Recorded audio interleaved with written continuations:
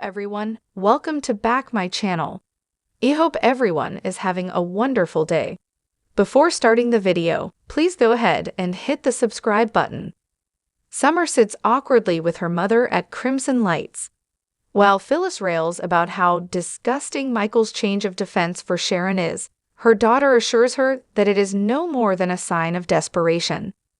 Given how much Sharon has gotten away with in her life, her mom isn't so sure that she won't get away with this as well. She's left a lot of victims in her wake, and they need justice. Summer urges her to leave this alone and focus on where she wants her future to take her. Staring at Billy as he walks in, Phyllis agrees her daughter may be right about this. Summer gets up to go as Billy sits down with them. She leaves to take her son to hockey and Phyllis thanks her for coming. Billy notes she's looking a little less miserable. When Phyllis tells him she's moved on from wallowing to being ready to blow things up, he threatens to walk. She informs him that Sharon and her team of doofuses have found a way to game the justice system. A few feet away, Ian eavesdrops on them from a table.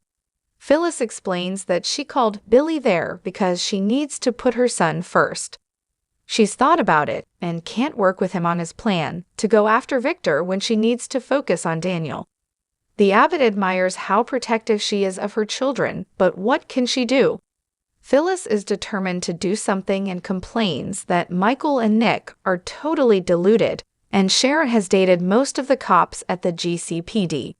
She can't let this investigation get opened again. Billy warns that she is not the judge and jury, and obsessing over this will only wear her down. Is she going to go after Sharon herself? As she claims she won't do that, Ian smiles and walks out.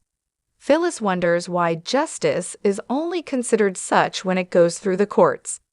"You want me to explain civilized society to you?" Billy asks. She's been having visions of getting payback on Sharon for all the damage that she's caused her family by just walking around town. He can understand wanting retribution. She adds it doesn't need to be death, it just has to be something if the court fails. Billy tells her that following through on gruesome plans will solve nothing. It would be a monumental mistake. Phyllis is sure Sharon and her crew are just throwing things at the wall to see how they stick. He reminds her of when she went up against Diane, framed her, and faked her own death. It's not wise to do something that desperate again. It would be better if Phyllis channeled her energy into working for him. She accuses him of suggesting that his desire for vengeance is valid while hers is not. "My way keeps you free so you can be there for your family," he points out. The fight he's advocating for is one they can win. It would give Daniel and his talent a place to land. She'd like to be part of that, but this Sharon situation is demanding her attention. Billy says the time is now for them to take what they deserve and never let it go. As they walk outside, Billy explains that this is a lifeline to give Daniel comfort and support. Phyllis would like that, but she's so tired of Sharon and Nick. He repeats that she needs to let that go.